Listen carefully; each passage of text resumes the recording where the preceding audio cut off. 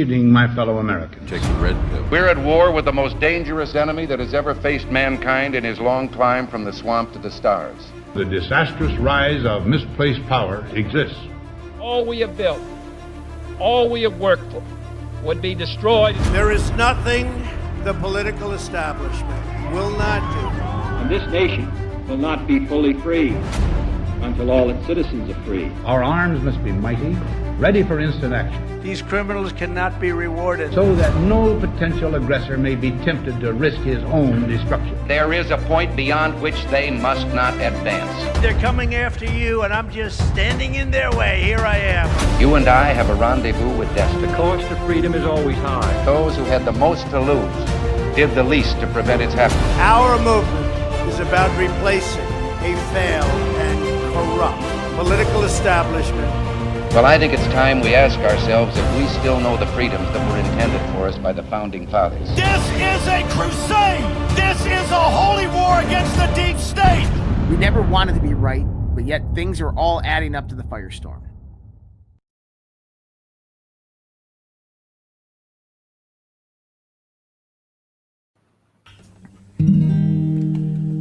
This song is supposed to be sung with like anger, but I don't really have any anger. So this is the passive aggressive version. You could say this is the British version.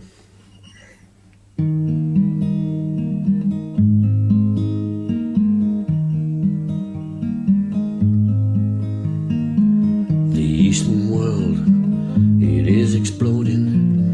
Violence flaring and bullets loading. They're old enough to kill, but not for voting. You don't believe in war, but what's that gun you're toting?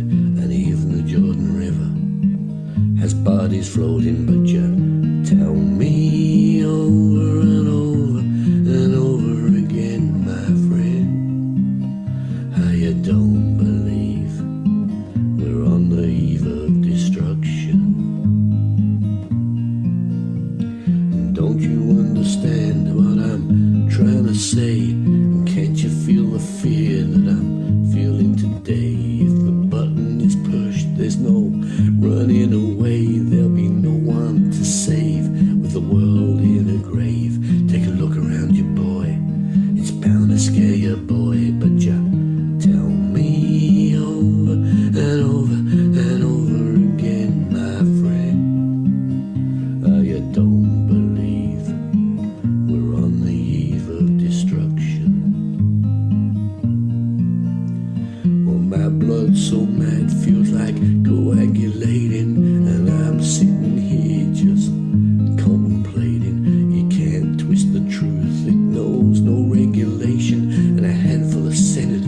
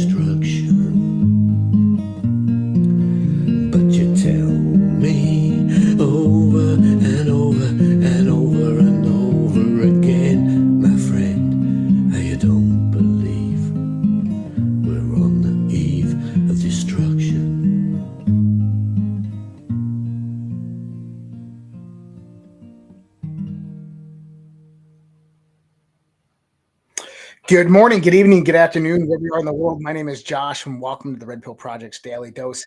Live with you Monday through Thursday, 8:30 p.m. Eastern Daylight Time. This is where we bring you that unfolding global conspiracy. And that was Barry McGuire's cover song, Eve of Destruction, performed by Frank Watkinson. And Frank, thank you so much for that. That was an amazing cover.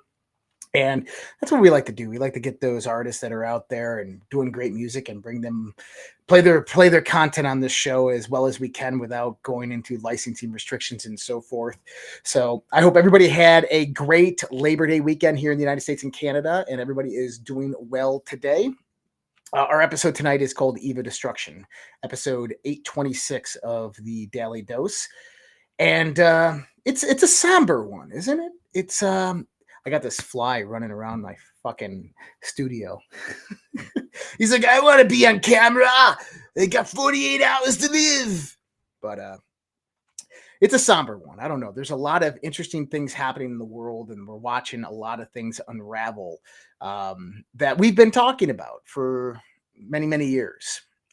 And to me, it's kind of that somber, sobering moment when you see the things that you've been saying, warning people about over the years actually start to unveil itself, start to manifest in the world. And you start realizing that it's getting to be go time. It's getting to be that point in time where you're not telling people to prepare anymore. And you're not telling people to be warned anymore. You're not telling people to watch out, that it's actually happening. And it's happening, people. There's no more preparation. There's no more warnings. It's happening right now. I saw a tweet earlier that said we need to stop saying that this can happen to us. It's happening now. It's happening now. This is how it started, and we're already well through it. You go through the 10 stages of genocide. We are at stage 7, and that is right before genocide. And it's a scary thought.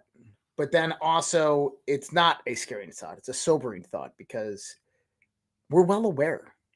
We're way more informed than we were 60, 80, 100 years ago. We're way more prepared than we were during those times. Well, thank you, Bonnie. I appreciate that. Chin up, Josh. Hold the line. God bless us all, and God wins. I agree. I agree. And, it's not, for me, it's not like, oh, poor world, but it's for me, it's looking at the situation at hand and realizing that people have no fucking idea what the hell's about to happen. And we're going to talk a little bit about that tonight. We're going to talk about a lot of things that have came out in the last few days that validate a lot of the things that we've talked about on this show, but also bring an extrapolation of understanding of why these things were set up in place. If you didn't know, I was on the Alpha Warrior show. I think that is aired already.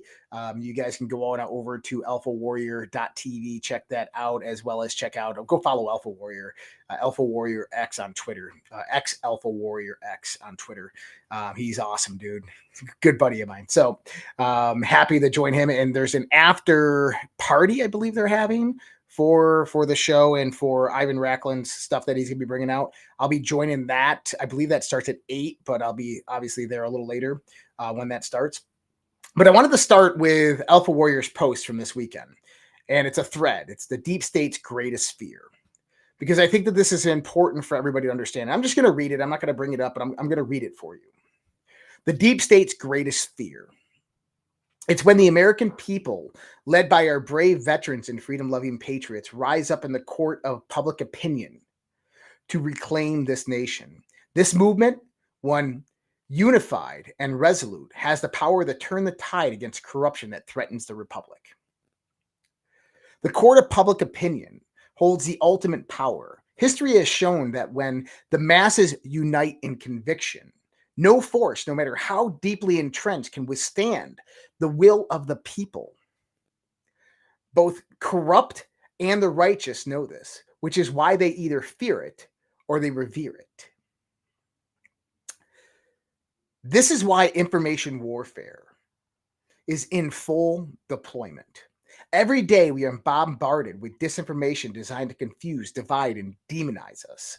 The goal is to obscure the truth and make it difficult for you to know what's really happening. This is why we face PSYOP after PSYOP. Psychological operations are being conducted to manipulate your perceptions and control your thoughts, from false flag events to stage crises. The aim is to keep you in a state of fear and dependency, making it harder for you to unite and resist. This is why you have X spaces that are being infiltrated by operatives. These platforms, which were once forums for free speech and open dialogue, are now filled with agents pushing hidden agendas. Their mission is to sow discord and prevent the formation of a unified front against the deep state. This is why Elon has not obliterated censorship yet. Despite Elon Musk's optics to champion free speech, the forces of censorship still find a way to suppress the dissenting voices. Shadow banning, deplatforming, and algorithm manipulation are still ongoing tools used to silence those who dare speak the truth. This is why the deep state offers you false heroes while suppressing true warriors. They promote controlled opposition individuals who seem to stand for freedom but are actually puppets of the establishment. Meanwhile, those who generally fight for liberty are marginalized, discredited, or silenced. This is why Con Inc. serves as gatekeepers. Conservative Inc. exists to give you the illusion of choice, keeping you within the confines of a controlled narrative. They ensure that the real issues are never addressed and that the status quo remains unchallenged. This is why they ensure constant division. Divide and conquer has always been the most powerful strategy. By pitting us against each other, whether by race, class, or ideology, they weaken our collective strength and distract us from the real enemy. This is why they divide you with politics controlled by the establishment. Both major political parties are often two sides of the same coin, controlled by the same elite interests.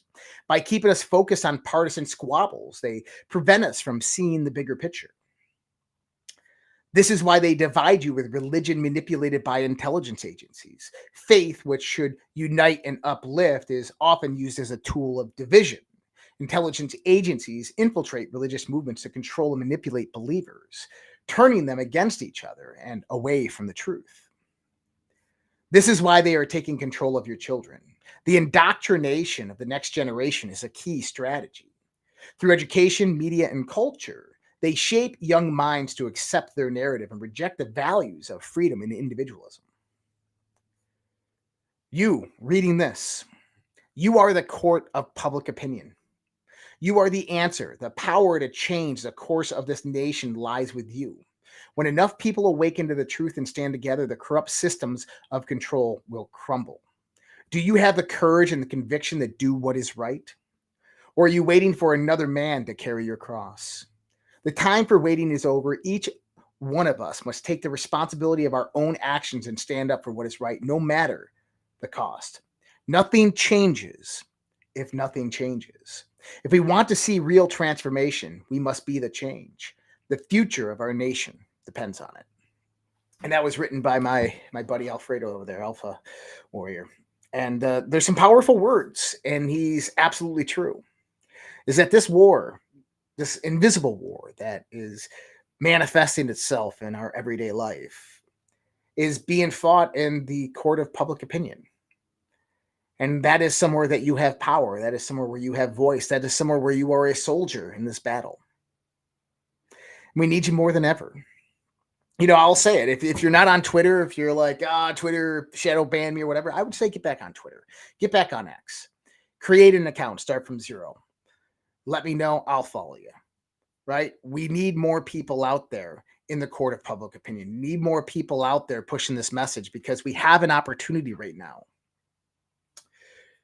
to completely unveil the deception that is happening in this world. And it is happening in more ways than we can ever understand.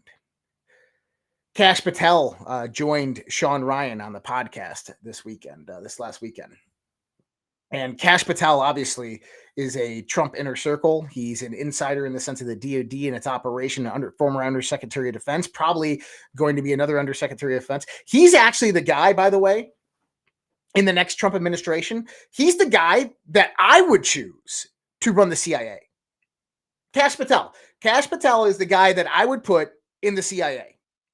Absolutely, 100%. He would completely decimate all the corruption that is going on there. But this guy is going to be a big figure in the Trump administration. We'll get to that aspect of it. But I want you to listen. This is 8 minutes long. I don't know if we'll get through it, but I want you to listen to a lot of what Kash says here, because you're going to hear some things of what I've talked about pertaining to what we call the firestorm. Listen to Kash Patel here on Sean Ryan's podcast. How vulnerable is it to outside attacks? Big. It's big because once they hit it, we can't fix it fast. Look, we just saw Paris during the Olympics just got blacked out. Ain't a coincidence after the opening ceremonies. And I think President Trump has talked about this. You need to overhaul the infrastructure around these systems to safeguard us from what I view as one of the easier threats our adversaries can deploy against America. And it's also, those are harder to trace too. So that's the other thing. The sourcing would be much harder on that than, say, a kinetic operation like a 9/11 style attack. I mean, is there any contingency plans up at the top on if that were to happen? So there's this thing called COOP-COG capabilities, like continuity of government, and everybody's heard about locations around America. I can't really talk about, but there's a continuity plan for government to keep going and for enough personnel to be around to make sure we can do all those things and supposedly defend the nation and have the commander-in-chief and his cabinet secure and do all that. But there's no contingency plan to say, if you wipe out the electricity west of the Mississippi, how are we going to turn it on? It doesn't exist. I mean, that's great that government's still going to function, but... Yeah. But I guess what I'm getting at is if the grid goes down, we'll eventually just kill ourselves out of desperation. There will be no food, there'll be no water, there'll be no medical, there'll be no communication, there'll be no nothing. I guess it'll be like one of those end of the world shows, you know? I mean, did they talk about this up there? At that level? Do they even understand what will happen if the grid goes down for I know we did when we were in. I know we did. And again, this is a type of lift that you're not fixing overnight. You got to get Congress's buy-in to budget this, to allow the agencies and departments to go in and make this a priority, to allow companies come in and rebuild the infrastructure and fix it. Same with our nuclear programs and our nuclear arsenal. It's the same deal. So we're fucked. I think we have an ability. That's why I think this election is so important, not just for everything we've talked about to this point, but in terms of national security and defense, which is sort of my wheelhouse. We have an opportunity to come in and reprioritize all the things that you and I have just been talking about so that the American people are safeguarded, because they've been neglected for too long, because these are not been priorities of the current administration and some of the previous administrations. How likely is that method of attack, do you think, from Russia, Iran, Korea, China? Something's going to happen, if not already. Here's the other thing. The intel community right now is playing catch up on half these attacks because, again, it wasn't a priority to preemptively detect them and thwart the attack. And so not only playing catch up, not only is it a deprioritization of intelligence collection and enforcement, you also don't have a will in D.C. to fix and upgrade any of this stuff. So I've always said they're going to come at us in some fashion during this election cycle. I don't know exactly what that's going to look like or if we're going to know right away. I want you to take in what Kash just said there. Okay? Number one, I'm going to go back just a little bit and listen to what he says right here. Not only playing catch up, not only is it a deprioritization of intelligence collection and enforcement, you also don't have a will in D.C. Let's actually read about China. Something's going to happen, if not already. Here's the other thing. The intel community right now is playing catch up on half these attacks because, again, it wasn't a priority to. Did you hear what he just said there? The intel community is playing catch up on half of these attacks. What attacks, Cash? We haven't heard of any attacks. You know what he's talking about? He's talking about the 911 systems going down. He's talking about Verizon and AT&T going down nationwide. He's talking about ships running into bridges, being hijacked. He's talking about cyber theft that is hit massively within the federal government. And then he states that something is going to happen this election cycle. That's between now and January. Do you understand that if something like that Cash is talking about happens, do you understand that that is a catalyst for everything else? Keep that in mind as we start talking about these other parts, because we have to understand China is one of the primary motivators of bringing illegal immigrants into this country from Venezuela. China is funding the Venezuelan gangs. China is funding extremist terrorist groups in Northern Africa in various different camps. They are funding the illegal immigration from the Middle East into Venezuela, dropping their passports, helping fund them through the United Nations, NGOs and NPOs, and bring them up to the United States border, along with military-age Chinese men.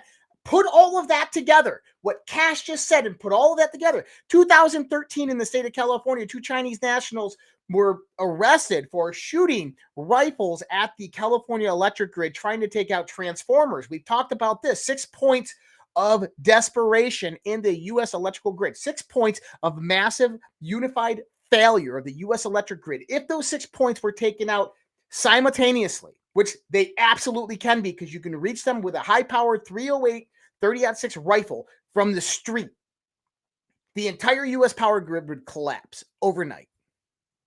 This is what he's talking about. If that happened, now think what else is going on. We're going to get into it. But first, the other caveats. NASDAQ ends down 3.3% today. We had the rebound. We had a little hiccup, the stuff that happened in Japan, everybody dumping their tech stocks, the market crashed, and then it rebounded. Oh, it's doing good. That was a Fed influx of money rebuying the market back up. But what is going on right now? There's something much greater going on right now. So the NASDAQ falls 3% as U.S. stocks sell-off deepens. Okay? Now, a Forbes article came out today, and I'm just going to show you the highlights of the article. Strap in, serious $40,000 Bitcoin price crash warning issued as the Fed suddenly braced for a U.S. dollar crisis that predicts to spark total collapse. The United States of America is about to lower interest rates.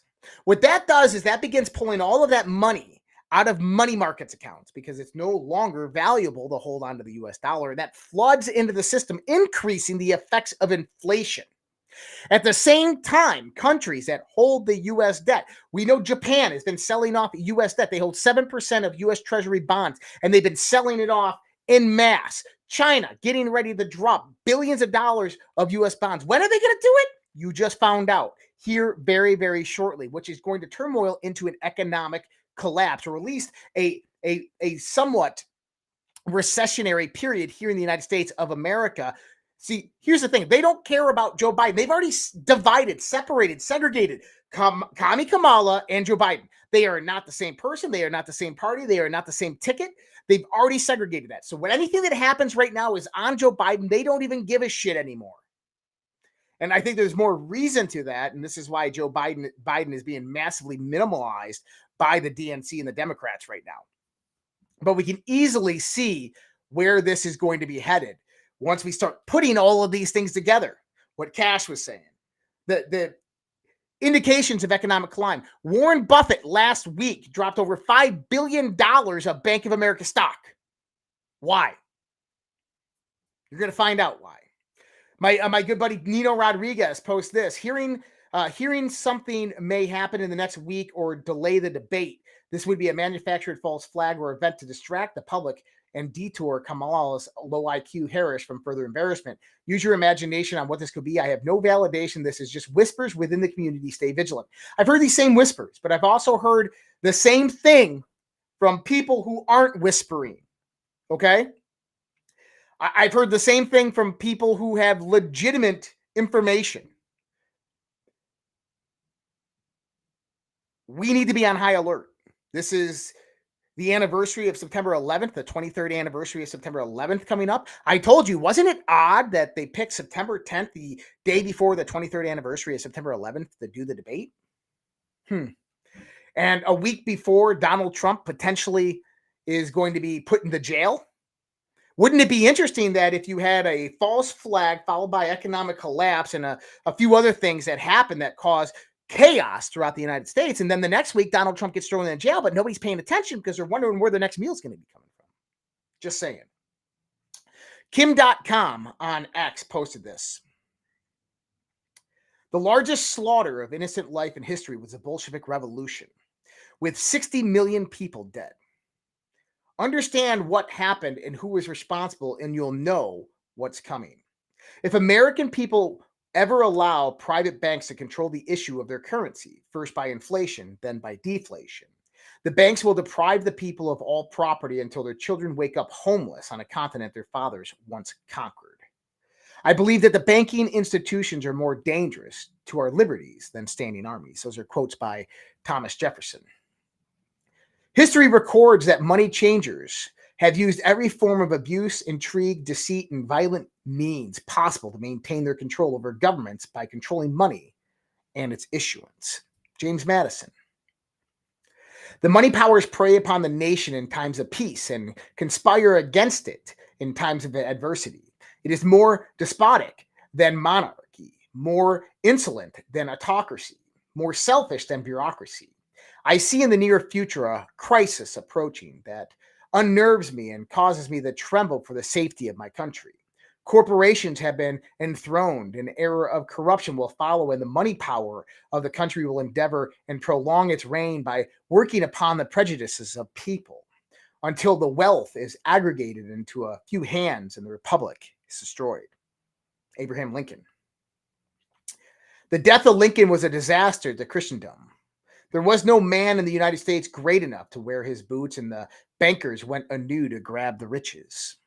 I fear that foreign bankers, with their craftiness and torturous tricks, will entirely control the exuberant riches of America and use it to systematically corrupt civilization. That was Otto Bismarck. I care not what puppet is placed upon the throne of England to rule the empire on which the sun never sits. The man who controls the British money supply controls the British Empire. And I control the British money supply. And that is Nathan Rothschild. Since I entered politics, I have chiefly had men's views confided to me privately, some of the biggest men in the United States in the field of commerce and manufacturing. And they are afraid of something. They know that their power is somewhere so organized, so subtle, so watchful, so interlocked, so complete, so pervasive, that they better not speak above their breath when they speak in condemnation of it. That was Woodrow Wilson after signing the Federal Reserve Act. I have unwittingly ruined my country. All of our activities are in the hands of a few men. We have come to be one of the most completely controlled governments in the civilized world. No longer a government by conviction and the vote of the majority, but a government by the opinion and duress of a small group of dominant men. Woodrow Wilson. Money is the god of our time, and Rothschild is its prophet, and that is Heinrich Heine. They control finance, industry, media, politicians, and governments. They want to rule the world, but first they have to create chaos and kill most of us. The Bolshevik Revolution is the blueprint for what is coming. It's time to learn more about that.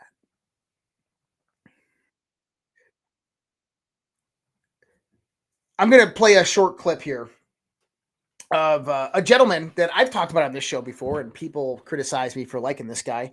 But I would say that this is probably one of the smartest men on this planet, book smart professor level, Eric Weinstein. And I want you to listen to how far this guy has come. 5 years ago, he was calling us all conspiracy theorists, and then he got red pilled on COVID and DEI, and started kind of looking more at the world. And he's beginning to see a lot of the truth of how this world is constructed and this world operates. Listen to what is said here. Event between now and November, including death. So he runs a 1 in 20 chance of dying in any given year or above, that I don't think you know whether he's even going to make it to November. Debilitating event could have been a debilitating public event. I purposely left it vague, and I didn't say the other part of it, which I now feel comfortable saying, which is I don't know whether Donald Trump will be allowed to become president. What do you mean by that?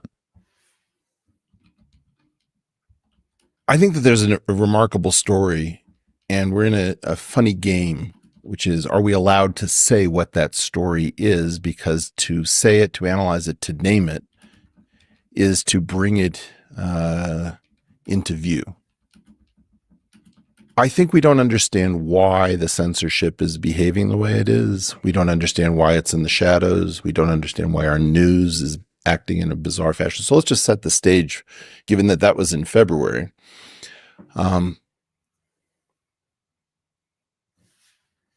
There is something that I think Mike Benz has just referred to as the rules-based international order. It's an interlocking series of agreements, tacit understandings, explicit understandings, clandestine understandings about how the most important structures keep the world free of war and keep markets open. And there has been a system in place, whether understood explicitly or behind the scenes or implicitly, that says that the purpose of the two American parties is to prune the field of populist candidates so that whatever two candidates exist in a face-off are both acceptable to that world order. So what you're trying to do from the point of view, let's take it from the point of view of, let's say, the State Department, the intelligence community, the Defense Department, and major corporations that have to do with international issues, from arms trade to, food. They have a series of agreements that are fragile and could be overturned if a president entered the Oval Office who didn't agree with them, and the mood of the country was, why do we pay taxes into these structures? Why are we hamstrung? Why aren't we a free people? So what the two parties would do is that they would run primaries. You'd have populist candidates, and you'd pre-commit the populist candidates to support the candidates who won the primaries. As long as that took place and you had two candidates that were both acceptable to the international order, that is, that they aren't going to rethink NAFTA or NATO or what have you, we called that democracy. And so democracy was the illusion of choice, what's called magician's choice, where the choice is not actually, pick a card, any card, but somehow the magician makes sure that the card that you pick is the one that he knows.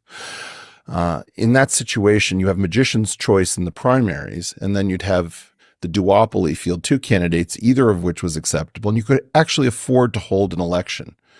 And the populace would vote, and that way the international order wasn't put at risk every 4 years, because you can't have alliances that are subject to the whim of the people in plebiscites. So under that structure, everything was going fine until 2016. And then the first candidate ever to not hold any position in the military nor position in government in the history of the Republic to enter the Oval Office, Donald Trump, broke through the primary structure. So then there was a full court press. Okay, we only have one candidate that's acceptable to the international order. Donald Trump will be under constant pressure that he's a loser, he's a wild man, he's an idiot, and he's under the control of the Russians. And then he was going to be a 20-1 underdog. And then he wins. And there was no precedent for this. They learned their lesson. You cannot afford to have candidates who are not acceptable to the international order and continue to have these alliances. This is an unsolved problem.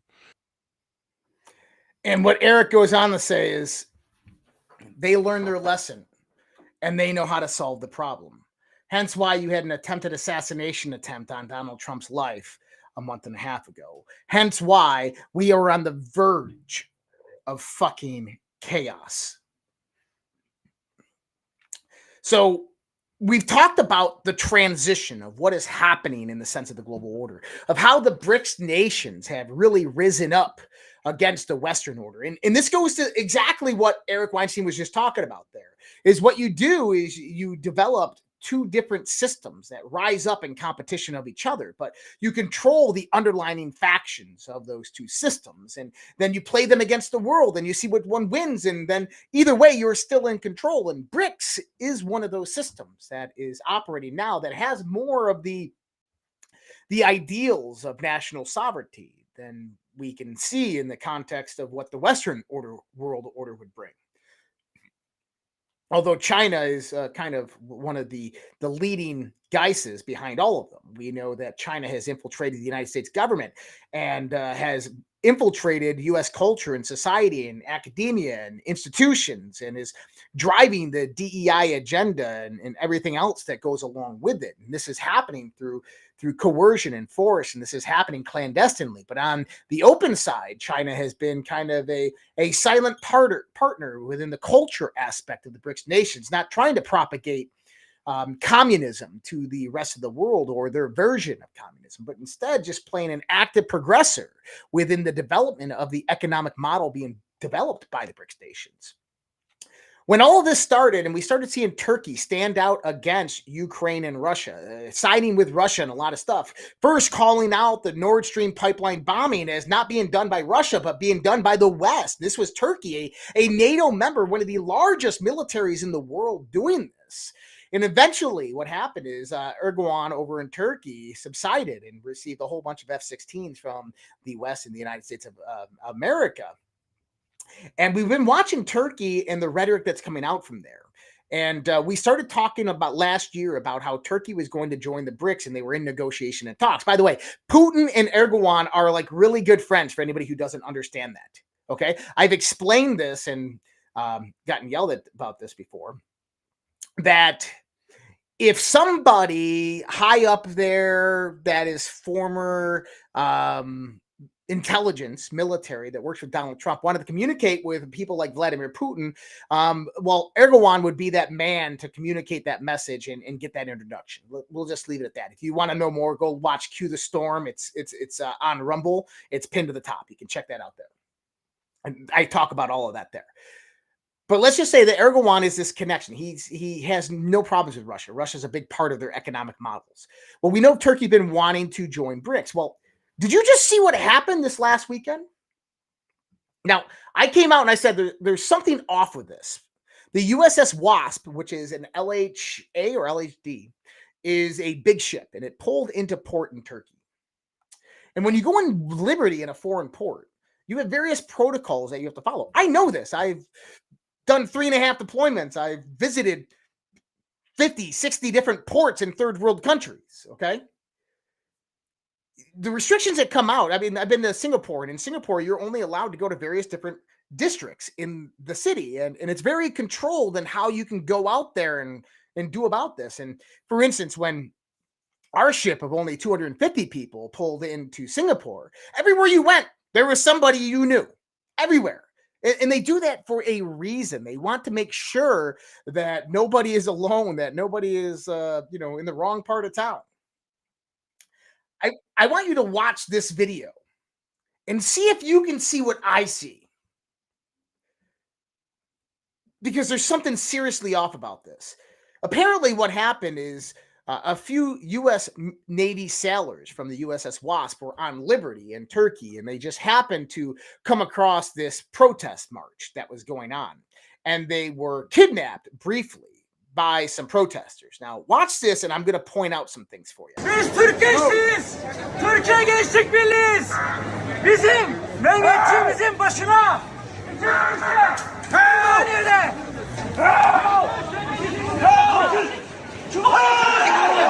Geçin!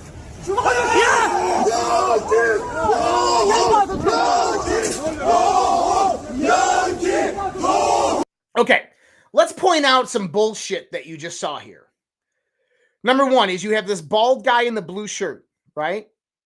And he's got 4 guys on him. Okay? And the cameraman's filming this guy. Then you got mustache guy over here. That is a woman holding on to probably a 5'9", 5'10", 210-pound man who's in the military. Got to be 35 years old. Probably works out. This guy's not even holding on to him. Look, his arm is loose. The guy's not even holding on to him. You see that? He's holding on to his own fucking arm right here. He's latched onto his own fucking arm right here, people. That guy's not even holding on to him. And there's a woman holding on to his other arm. And then he yells, "Help! Help! Help!" Then we transition the video. We got smiley bald guy over here that looks like a CIA spook, right? They say it's a bag, whatever that is, gets put over his head. But look, his head goes down. He puts his head down. He knows how to take the bag, right? He puts his head down because he knows how to take the bag. And what happens here? You get another sailor that attacks them, right? But wait, I don't know about you. I've kicked a lot of ass in my life. I've been in a lot of fights trying to save somebody's life. This guy runs in, doesn't throw punches, doesn't kick, doesn't do anything, but then just acquiesces. You know what you just saw here, guys? You just saw a false flag psyop. I don't know who those guys were, but I'm assuming that those guys were most likely intelligence, Western intelligence in some way, shape, form, or fashion. Now, I said there's something seriously off about this. And I was going to say that there's something that's going to happen from this. Today, what do we see? Massive protests broke out in Izmir, Turkey, with demonstrators calling for the expulsion of American forces from the country and the closure of the Incirlik Air Base. Interesting. I mean, you got to imagine that the U.S. DOD brings massive amounts of money to Turkey, and they're great trade partners, and that, if the U.S. wanted to stop Turkey from doing something, what they would do is they would produce a social and cultural revolution in their country, very similar to how they toppled governments all throughout the world. Well, what would the United States want to do?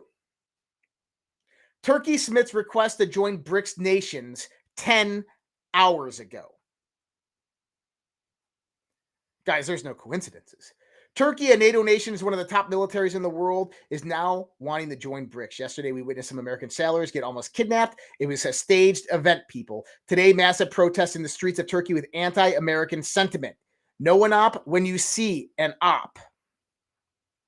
The U.S. is trying to create, through various intelligence agencies, social and cultural destabilization within the country of Turkey to change Turkey's mind from joining the BRICS nations, because we know that BRICS is not necessarily an economic alliance. It's more aligned as a military alliance. And Turkey, being one of the largest European NATO nations, as well as militaries, is not something that the U.S. or NATO European allies can afford to lose. You just watched a PSYOP go on, and guess what? Con Inc., what Alpha Warrior was talking about, Conservative Inc., all of the big conservative profiles, what are they saying?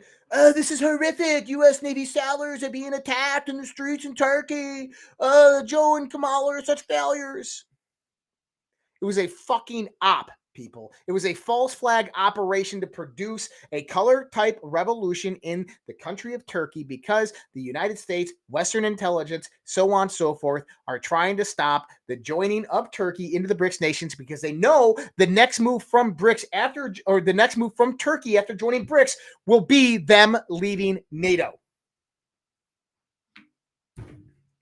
I don't understand how, like, those high-level influence, they can't see this shit. They need to be told what it is. See, that's the difference between us and them.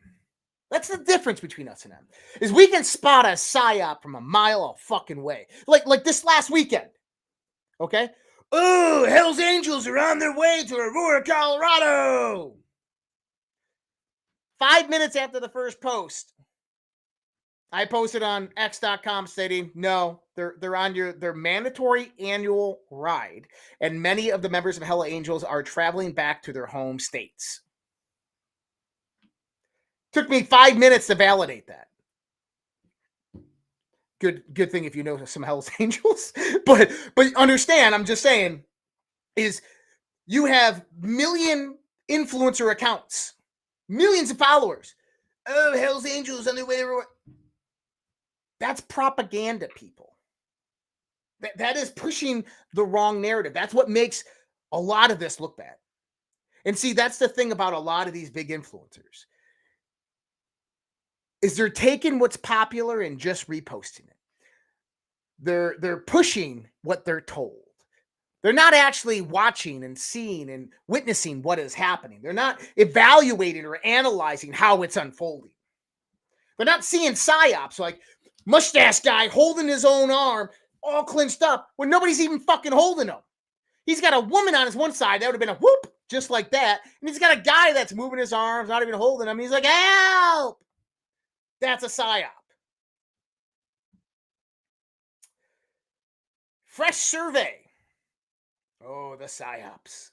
Fresh survey from 7 battleground states showed a scenario where Donald Trump could win the November election with a decisive 296 electoral votes. My comment was, what about all the unbalanced polls that showed Comrade Kambala double digits over Donald Trump in battleground states? Now, do you want to know how bad it is for the deep state, for the panic in D.C. right now? I'm going to show you. If you know who Nate Silver is, Nate Silver has been doing poll analysis of presidential elections since, I think, George Bush back in 2001. And up until Hillary Clinton, he had been 100% correct. By the way, he picked Joe Biden in 2020. Nate Silver has just came out and stated Trump gains again in the Nate Silver 2024 election forecast model. Nate Silver has Donald Trump up 13.7 points, 56.7% chance, almost a 60% chance that Donald Trump is going to win the November election. Now, if there's one poll scenario that the DNC, the Democrats, the deep state listen to, it's that one. And understand this. They can't allow Donald Trump to be president. So what would be the scenario that they remove Donald Trump with? A new friend on Twitter sent me this. He said, I just got a call from a New York City source of mine from the inside of the legal system there. He said, listen, they are going to sentence Trump, and then Nikki Haley is going to be installed as the Rhino Republican frontrunner. September 18th, 2024 will be the second coup. Now, we've been talking about this. Game Tech and I had a conversation about this, that we've talked to a few different people. Rikers Prison in New York has already been set up for high-profile inmates. Secret Service has had various different meetings there over the last few weeks. It's looking more and more like they are going to sentence Trump to a minimum of 12 to 18 months in prison for nothing it's for something that's less than a gross misdemeanor. I said on this, you guys got to remember, we got the uni party. We got the uni party. And with the uni party, it's all about serving the deep state masters. Is there a way that the Republicans could remove Donald Trump? Is there?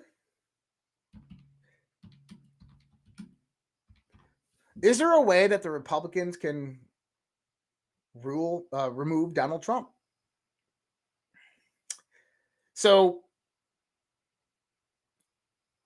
in the RNC, there's something known as Rule Number 9. If you remember during the 2016 election, that after Donald Trump won the primaries, he still had not picked his VP candidate. And then later on, we find that there's leaked emails from Paul Ryan and Mike Pence from Proton Mail accounts that were looking over logos for Ryan Pence 2016, where Mike Pence and Paul Ryan were going to run, and they were going to utilize Rule Number 9 at the RNC to remove Donald Trump. Donald Trump cut some deals, and this is why he had McMaster's. This is why he had the deep state infiltrated. This is why he had Mike Pence as his VP. Rule Number 9, fill in vacancies in nominations. Let's read this. The Republican National Committee is hereby authorized and empowered to fill any and all vacancies which may occur by reason of death, declination, or otherwise of the Republican candidate for president of the United States or for the Republican candidate of the Vice President of the United States as nominated by the National Convention or the Republican National Committee may reconvene the National Convention for the purpose of filling any such vacancies. In voting under this rule, the Republican National Committee members representing any state shall be entitled to cast the same number of votes as the state was entitled to cast as the National Convention. In the event that the member of the Republican National Committee from any state shall not be in agreement with the casting of votes hereunder, the votes of such state shall be divided equally, including fractional votes among the members of the Republican National Committee present, voting by proxy. No candidate shall be chosen to fill any such vacancy except receiving a majority of the votes entitled to be cast in the election. I'm going to read this again. The RNC, Republican National Convention, is hereby authorized and empowered to fill any and all vacancies which may occur by reason of death. They almost had that in July 14th, didn't they? Declination is of mental health capacity, or otherwise of the Republican candidate. Wait, or otherwise. Basically, they've left a blank slate for here. What they're saying is that if Donald Trump is a convicted felon and serving in prison, well, then we don't want Donald Trump on the RNC ticket, and we can go back and call a proxy vote to remove him. We can utilize Rule Number 9 to do that. And this is one of the methods that they're going to do. They're going to attempt this in some way, shape, or form. I'm thinking, though, that the next 2 weeks are going to be very, very critical to what happens next. I mean, listen, people, they tried to put a bullet in Donald Trump's head and get a picture of it. I've gone over the context of this. Somebody in the deep state, in the global cabal, in the world elite said, take Donald Trump out. We don't care about the consequences. We want civil war. They already tried that, and they're willing and ready for it. And here's the thing, is they're not doing something like that, not being prepared for it. Understand that when that happens, they are well prepared for that type of event. Which means that it's go time for them. All they need is the right situation and scenario to present itself. And they can exploit it and utilize it to their will to bring about the chaos that they want ensued. In the sense of maybe canceling the debate next week with Donald Trump and Kamala Harris, or maybe even canceling the November 5th election, or bringing the world down through economic collapse, which then sparks World War III and maybe grid collapse in the United States where all 9/11 systems are down. And then all of a sudden we have infiltrated terrorist organizations operating in every major city, which are cut off from federal sources of funding and support. Do you see this situation and scenario that is being presented to us right now? Corey Mills, Representative Corey Mills, sat down with Kash Patel this last weekend. And this is a short video, but I want you to listen to it because they don't say it directly, but they're telling you what happened. How high up this went in the sense of the Trump assassination. Listen to this. I do want to start with, if I can, does everybody remember that President Trump was shot in the head? It seems like it didn't happen. It seems like the mainstream media just glossed over it. Now they're like, whatever. So thankfully, we have guys like Corey Mills leading out an investigation on the assassination of a former president who's running for the presidency of the United States, a guy who was hit in the head with a bullet. And I still don't have any more answers from the United States Congress committee that was stood up on this. But thankfully, Corey's running his own investigation. Can you give us a background on what you've been doing and what the results are and what headwinds you're running into? Yeah, absolutely. And Cash, you're exactly right. Look how quickly they glanced over in mainstream media an attempted assassination of the Republican nominee and the former president of the United States of America. I mean, it's as if it had never taken place. And meanwhile, you had a commission which was stood up by Speaker Johnson, which, I'll be completely honest, had nothing to do with meritocracy and everything to do with trying to cover the multiple parts of the conference to ensure everyone feels equally represented within the conference, as opposed to saying, we're not looking at trying to just do a kumbaya moment. We're trying to get facts here. And so that's why myself and Congressman Eli Crane out of Arizona, we started running our own parallel investigation. And in that independent forum, we brought in great members like Andy Biggs and Chip Roy and Matt Gaetz. And we were able to start bringing in witnesses to start getting to the point to include whistleblower Ben Schaefer, who was actually one of the counter snipers on the ground July 13th there in Butler, PA. So what we're understanding is this. We know that, and Cash, I'm going to go ahead and say the obvious. If this was a real investigation, it would have happened on July 14th. You'd have immediately subpoenaed the security plan, the comms plan. You'd have started bringing people in for independent questioning. You'd have done corroborations of what fact fiction boards that we could put in place. And we'd have started to determine pure and simple, was this gross criminal negligence or was this purposeful intent? Now, here's the problem when you've waited this long. They've had enough time in the federal government, and we know, go back to FISA and how it was abused 287,000 plus times by the FBI. Go to the Department of Injustice, where it's been weaponized to a point where it's after, your political opponent not trying to find truth and justice.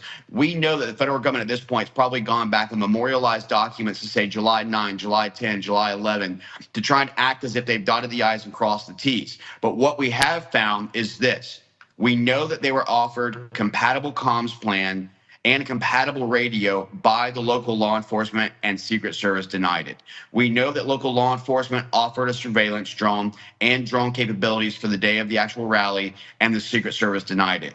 We know that there was a final day of planning that was supposed to happen in the morning of July 13th, and the Secret Service didn't come. We know that after the shooting that was taking place by Thomas Crooks, that you had people on the stage who didn't even know what the security plan was, because you can hear them going, what are we doing, what are we doing, what are we doing? That should have been an automatic prep and training to say, we know the motorcade is our rolling safe room, or that we already have a safe room that we're moving them to in the event of an accident or some type of an incident. So none of this has been done. Sorry, I hate to interrupt.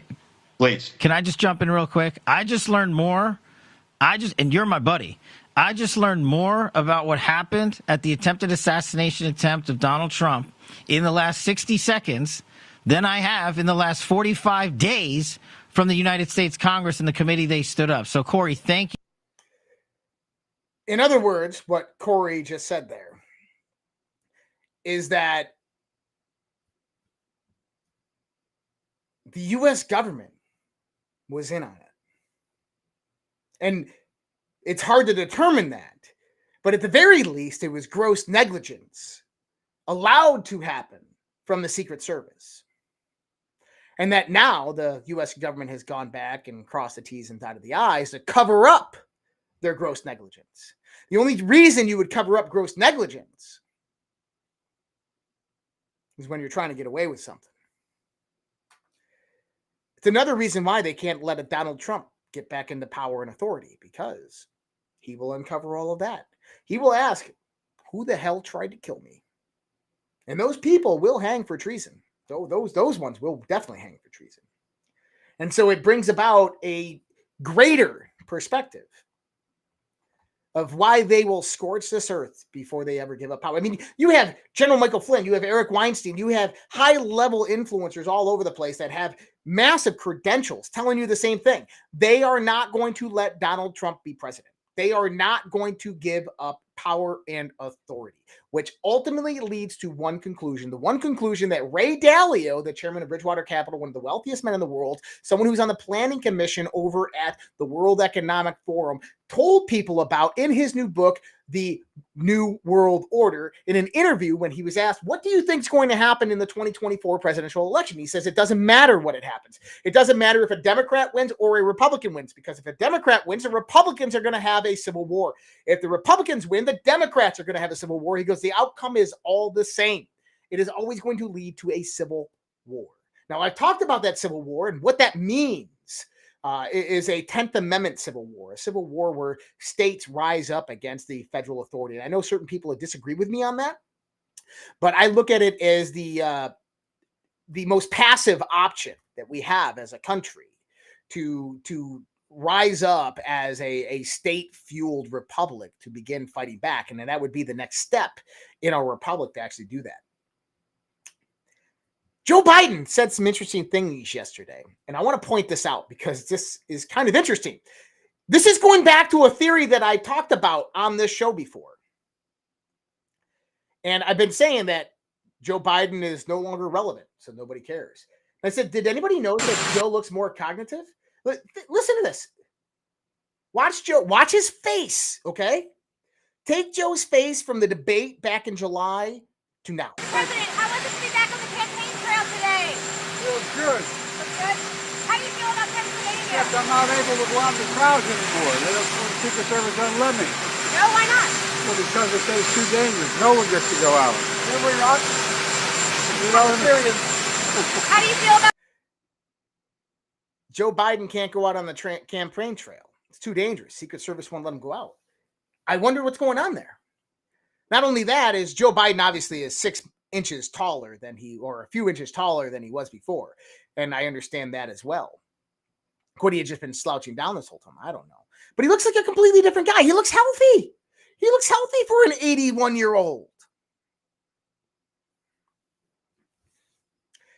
Could it be that Joe Biden's cognitive decline was a drugging of Joe Biden by the powers that be to keep him in tow, to keep him under control, to be able to utilize that against him, to swap out the candidacy when he wouldn't step down?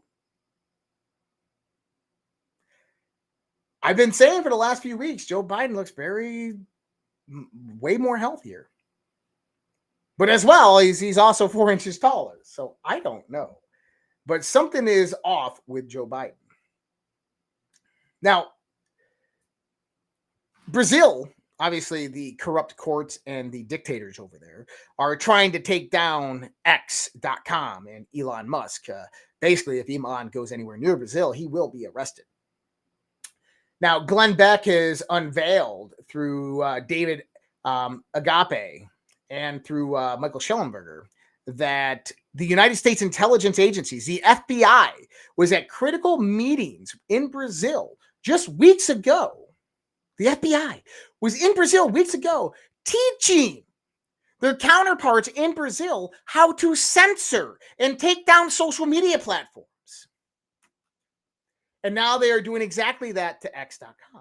Almost like U.S. intelligence is operating with the country of Brazil to attack X, which they are. It's just another proxy methodology that they utilize. And they think that because they're doing it through proxy that we're never going to figure it out. We're never going to truly understand what's going on. But see, we see through the lies. We see through the deception. We don't just retweet shit that we think sounds cool and follows a narrative. Instead, what we do is we use critical analysis. Firstly, we never believe anything that anybody tells you, no matter who they are or what authority they possess or profess, unless I can prove it with my own research, investigation, my own inquiry, and through my own volition. And that even means me. Never believe anything I say. Never believe anything anybody says. Go out there and do your due diligence. Go out there and do the fucking work. But here's the thing. When we start looking at global events and we start seeing how they unravel, and we start seeing how they all can join together, kind of like pearls on a string, we begin to see that what David Agape is talking about here, Glenn Beck is talking about here, is absolutely truthful, is that U.S. intelligence agencies are collaborating through proxy of the country of Brazil to take down Elon Musk because X.com is such a fucking threat to national security. But it's not only because of what X.com has done, it's what X.com is going to do. See, Game Tech and I have been talking about, I call it the binder. Game Tech calls it the red folder. How do you stop the distribution of what Trump's about to release? This is his insurance policy. Okay? If they try to lock Donald Trump up, he's going to make a phone call. His insurance policy is going to be released one document at a time until they let him out of prison. I'm telling you, this is what they're going to do. They need to take down the two main points of distribution prior to that happening. Truth Social and X.com. Primarily X.com, because everything from True Social is just regurgitated onto X.com.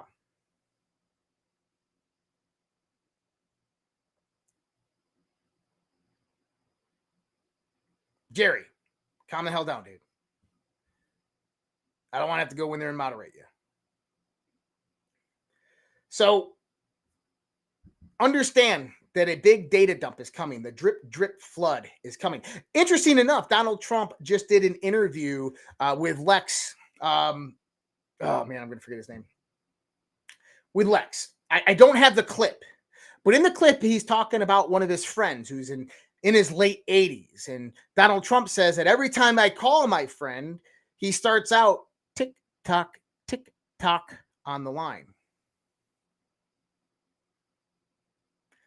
Donald Trump is talking in code, whether you want to believe it or not. I don't know how many people caught that. Let me see if I can actually find that.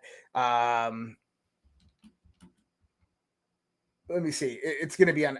It wasn't on X. I watched the whole interview. I watched the whole interview on Lex Friedman's podcast, but there it is. Nope, that wasn't it. Come on. Someone had to have clipped it. I didn't have time to clip it today. But Trump says he has a friend who calls him and says, tick tock, tick tock. Tick tock, tick tock. Actually, maybe I can find it real quick because I think that it's important to hear this for a few different. Oh, there's Lex right there. Lex Fred. Let me go in here, and I should be able to find it. They have that mortality, and there it is. And Lex, I hope that I have permission to put this clip up there. I appreciate it, man. Thank you so much. Let's listen to this. Is that it ends. How often do you think about your death? Are you afraid of it?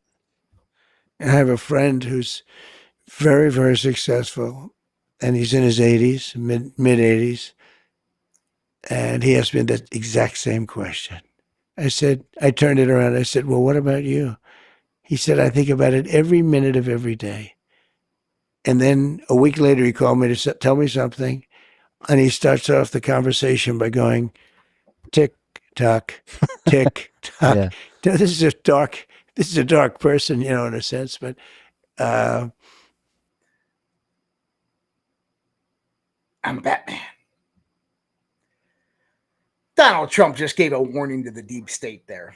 Talking about death. Oh, I got a friend that's in his mid-80s. Dark sense humor. Tick, tock, tick, tock. Interesting, isn't it? Which means that he could be putting out this information here relatively soon. And when that information does come out, they need to take X.com down. They need to make sure that they can censor everything that comes about on these platforms and that it cannot distribute the information that Donald Trump has, because the information that Donald Trump has is greater than Crossfire Hurricane. You have to understand that. It implicates many more people. This is why you had two former prime ministers of the UK visit Donald Trump in Mar-a-Lago and beg him not to release this information. After Michael Schellenberger at the beginning of the year in February released a document signed by Barack Obama implicating MI6 for espionage against Donald Trump during the 2016 presidential elections. After that, David Cameron flew down and visited Donald Trump at Mar-a-Lago for a meeting. And a month and a half later, Boris Johnson comes down to New York City and visits Donald Trump. What were they doing? Please don't do that again. How do we get our names out of there? That's what's going on because there's panic in the deep state. And Trump said, capitulate. Capitulate. Support me on the global order and let's change the face of this planet. And I'll make sure it doesn't come out. But see, they can't do that. Election watchdog Georgia Voter GA has filed a new complaint against Fulton County to compel it to produce the original 2020 election ballots. It's concealed from the public for 4 years. Poll managers and audit monitors signed sworn affidavits they saw or handled counterfeit ballots. All right, I got to get rid of this fucking douchebag. 1 second, guys. Hate to do this, but got to go in here and moderate. If anybody wants to be a moderator on YouTube, let me know if you guys are one of the YouTube peoples out there.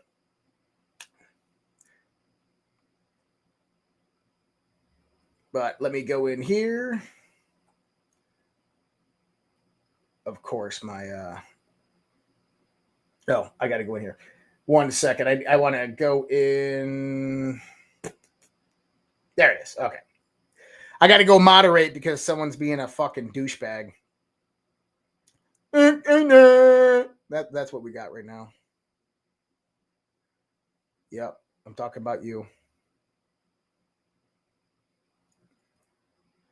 Tell me over and over again, my friend. I want to go. There it is. Control room.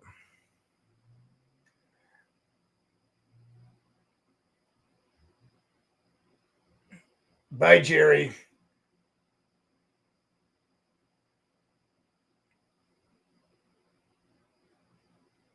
Bye, Jerry. Okay, cool. All right, let's rock and roll. Let's get on with this. Well, I'm way over time, but we're going to keep on going because I got a shit ton of more stuff to get through here. And I'm going to bring up this guy right here.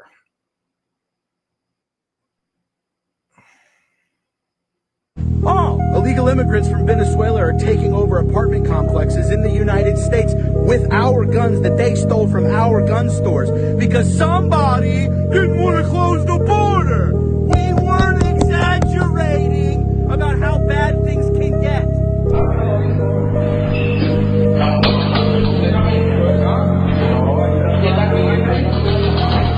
Do you understand that the elites didn't leave the borders open because they care about people of color? Please, for 4 seconds, look past the bullshit compassionate thing that makes you so open-minded that your brains fall out. The elites want to crumble the world. That's why the UK is dealing with this, and every other civilized country is dealing with mass migration that is changing the culture and increasing violence and rape and destroying the nations that once existed. Because when they burn it down to ashes, the elites can buy it for pennies on the dollar and remake it with them in control. Not you. Not Western idealism, which says that people have rights and dignity. Do you understand? So everybody on the left that's starting to see it now, go buy guns and pray that we can vote our way out of this instead of having to shoot our way out of it, dude. Spot on, brother. Vote our way out other than the shoot our way out. And I agree with them wholeheartedly because that is going to make it much, much easier. Now, let's get into the real shit here. This is Nick Soder on X. The Mexican government will now be busing illegals from Mexico's southern border to the U.S. southern border and provide military police escort with food along the way. He states that this is insane. Mexico is openly aiding and abetting an invasion of the U.S. Cut off all aid now. Why are we still giving them money? Because, Nick, you don't get it. You don't get it. Remember when real Donald Trump said he was going to send U.S. special forces into Mexico to eradicate the cartels? Guess who controls the Mexican government, Nick? The cartels. Now Now the Mexican government, under force and coercion from the cartels, who are the real daddies, which are nothing more than armies for multinational criminal syndicates, are utilizing U.S. taxpayer dollars paid to the Mexican government to bus illegal immigrants from what? The border of Mexico to the border of Mexico and the United States so that they can bring them over to our country. We've heard it all. This is a gentleman in Dallas, Texas, right here that you're about to see, guys. And I'm going to give you a stark warning. This is a white gentleman in Dallas, Texas, being absolutely beaten, pulverized, robbed, beaten.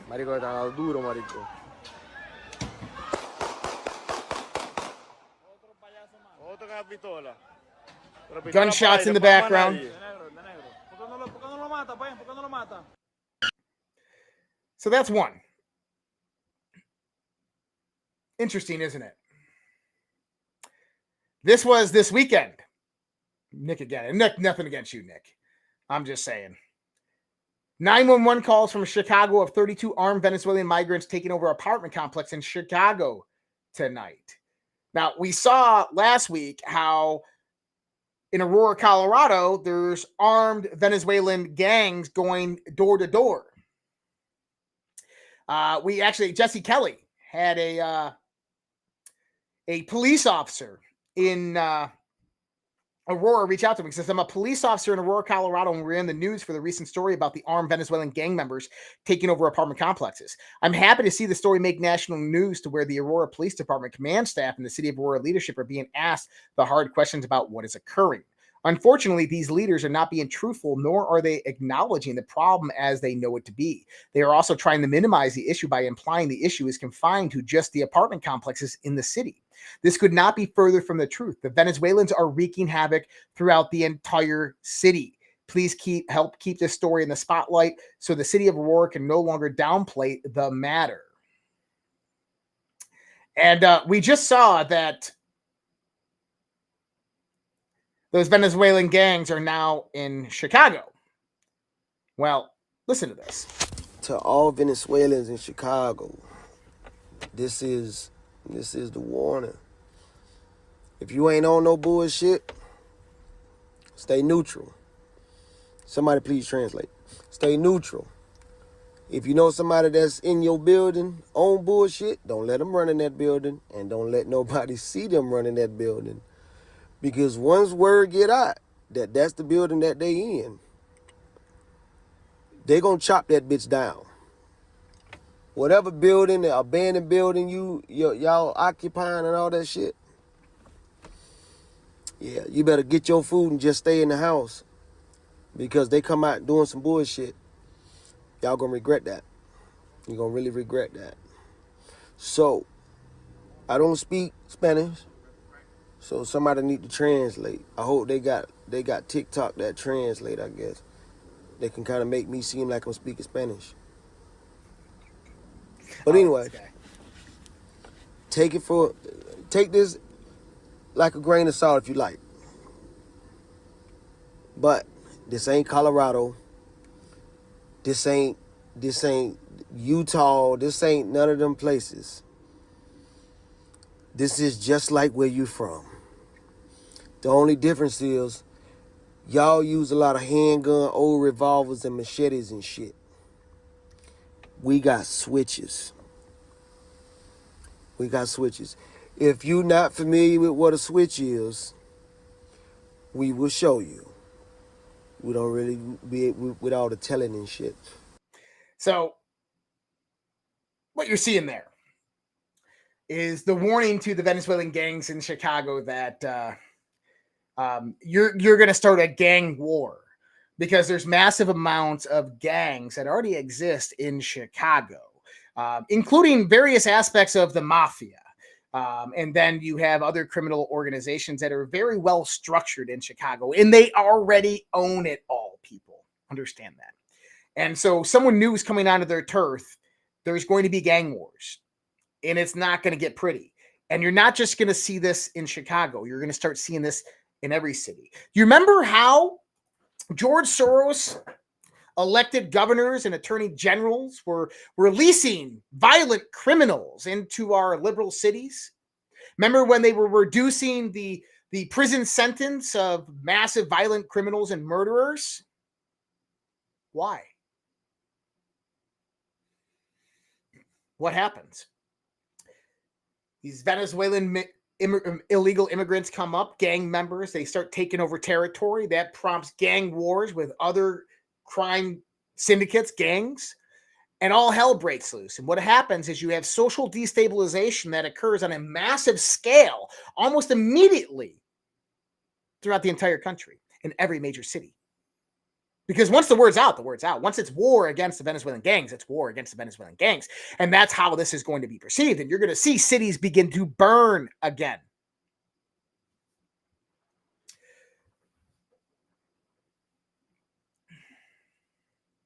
Now, there's a few more parts of this. Mass gangs wielding AR-15 style rifles are invading Denver suburbs. Now they're moving outside of Aurora and they're in other Denver suburbs. Okay. Today, I got to go fast. I got 10 minutes, so I got to go fast. So I'm going to come back to that part in a second. We just found out that Governor Hochul's deputy chief of staff was just indicted for being a Chinese government spy pushing the DEI agenda.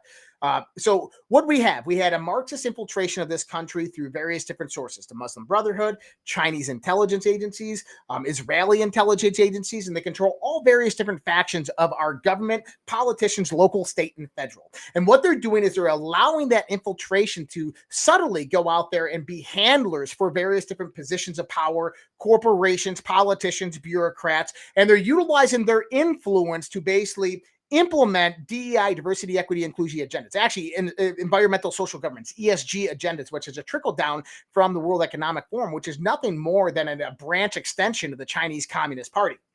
Because they're the ones that actually created China, Maoist China, and that's, you know how that all happened with 100 million people dying at the hands of Mao Zedong. So what we have now is we have Eric Swalwell sleeping with Fang Fang, a Chinese spy. We have the late Dianne Feinstein, senator, whose driver for 30 years was a Chinese spy. It's over and over and over and over. We have our institutions infiltrated with Chinese spies. We have deputy chief of staff, the governor of New York, a Chinese spy. And they're all implementing various points of the ESG DEI agenda. Why? Because they are the handlers. And this is the methodology of how do you implement communism into the culture and the society of a country. So I wanted to put that out there. And that was Linda's son who was arrested.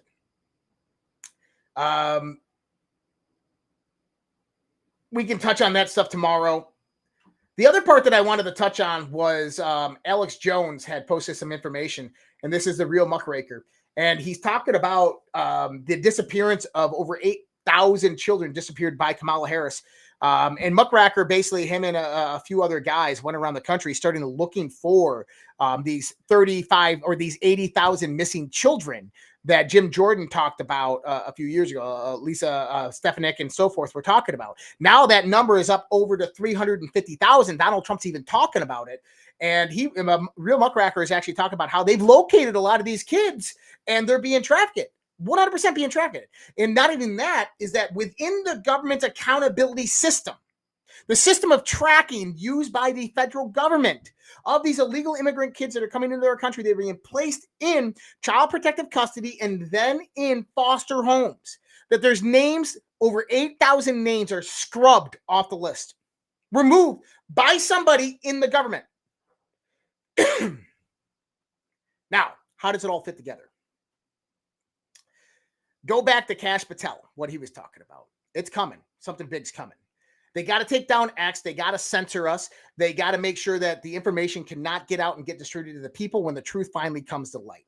Kash Patel says we could have some type of cyber attack. We've already had them, and the intelligence agencies are playing catch up right now. And the possibility of a massive cyber attack is almost imminent. We've had massive ones already on the 9/11 systems, Verizon, AT&T, on transportation systems. We know that companies like CTIL, which do pro bono work for the Department of Defense and local, state, and federal governments, with the large associations to the Israeli Mossad, have already taken control of U.S. grid and infrastructure, including dams, water treatment facilities, aspects of the Department of Defense, bridges, infrastructure, highways, and that the Francis Kisat Bridge was most likely one of the incidences that Israel was utilizing to pressure the United States into a United Security Council's vote. So you have what Cash is talking about. Grid can go out like that instantaneously. It's there. And that the procedures developed through Coop and Cog, which I don't think people really understand, but we've had a few people on and talked about this. And this is continuity of government.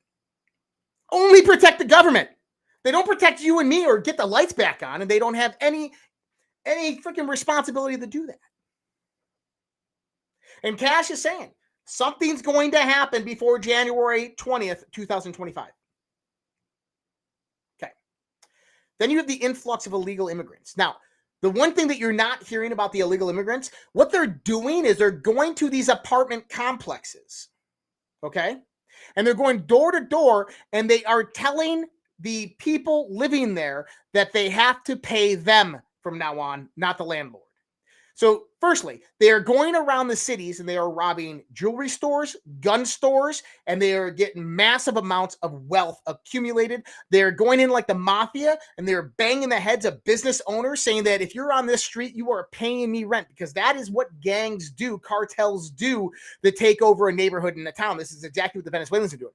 Now they are going into apartment complexes and telling people who live on Section 8 housing that they don't pay the landlord, that they pay them. Well, what is that? That's government subsidized housing. That's taxpayer money that is going to the illegal immigrants that is now being funneled to Venezuelan gangs.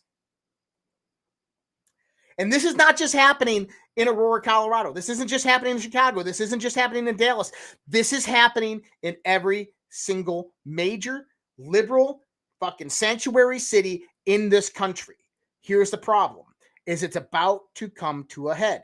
Because as they begin to get more and more territory, that means they own more and more territory. And the people that live in those territories are in fear of these gangs and will now do the proper action to obey the commands of those gangs. And it's gang territory. The United States has already been taken over in various aspects of our city. We've already been invaded. Foreigners are already controlling those areas in our country. It is no longer the United States of America over there in those places, people. Understand it. And this is happening through every little city. Now, I remember somebody telling you this a long time ago called the firestorm. Social cultural destabilization. Illegal immigration is going to come in, and it's going to come to the point where violence is going to ensue. The gang wars. Violence ensue. Protests will come about. Cities will begin burning again. And this is when the other part of the illegal immigration, the Hezbollah Unit 910, the Hamas terrorists that had come over, the militant groups trained in Northern Africa by Chinese military, the ones trained by the Iranian Revolutionary Guard, Hezbollah 910, they get activated. At that point in time, when you have that massive social destabilization in your inner cities that is being caused by Venezuelan gangs that are taking over territories and threatening and coercing people for their money. And then all it is just activate them, cyber attack, boom, grid goes down, no power, no electricity, no water, no 9/11 communications, no cell phone communications, and terrorist organizations take over your city just like that. That is where we are headed to, guys. And I know I need to breathe. I just have to get this out because it's so fucking important. It could literally happen any day now, people. And I don't want to be doom and gloom, okay? But I want you to understand that this is where we are at. It's no longer, oh, this could happen to us. It is happening right now. It has been happening, and it is happening right now. And it's coming to that point of critical juncture to where, TikTok, we could have that situation occur. In the next few weeks, we're going to know what's going to happen. The next few weeks, we're going to absolutely know. This could all be curtailed by a massive terrorist attack on the U.S. We could see that in the next few days. We could see that on the anniversary of September 11th. It's simply a matter of time. It's not a matter of if, it's a matter of when. And so that's my warning to you guys. Guys, I'm going to be back with you tomorrow night. I got a lot more to say. There's a lot more stories to cover, but we missed yesterday, so we had a little bit more to go through. But listen, if you want to support me and everything that we do here at the Red Pill Project, redpills.tv. That is our primary website on redpills.tv. You can find ways to support us. If you go on over to redpills.tv, we are all linked up on many different things. I'm going to take you over here real quick. You can just throw your email address in right there. Subscribe. That does help us. But right here, you have Rumble, you have Telegram, D Live, you have our Substack channel, then our social media platform, Facebook, X.com, and then our YouTube channel. Our new one is actually up there. And then below that, help support the Red Pill Project right here. You can click on any one of these: Cash App, the subscription to the Red Pill Project, PayPal, crypto, or Give, Send, Go campaign. It helps us, guys, and it's much appreciated. It helps keep this level of journalism alive and well. But much love, respect, God bless. And if you scroll down, you're going to find our sponsors as well. Much love, respect, God bless you guys. You guys all take care. Have a great night. I'm going to see you guys tomorrow night. Let freedom live, guys. Take care. Good night. Spoon, that's impossible. Only try to realize the truth. What truth? There is no spoon.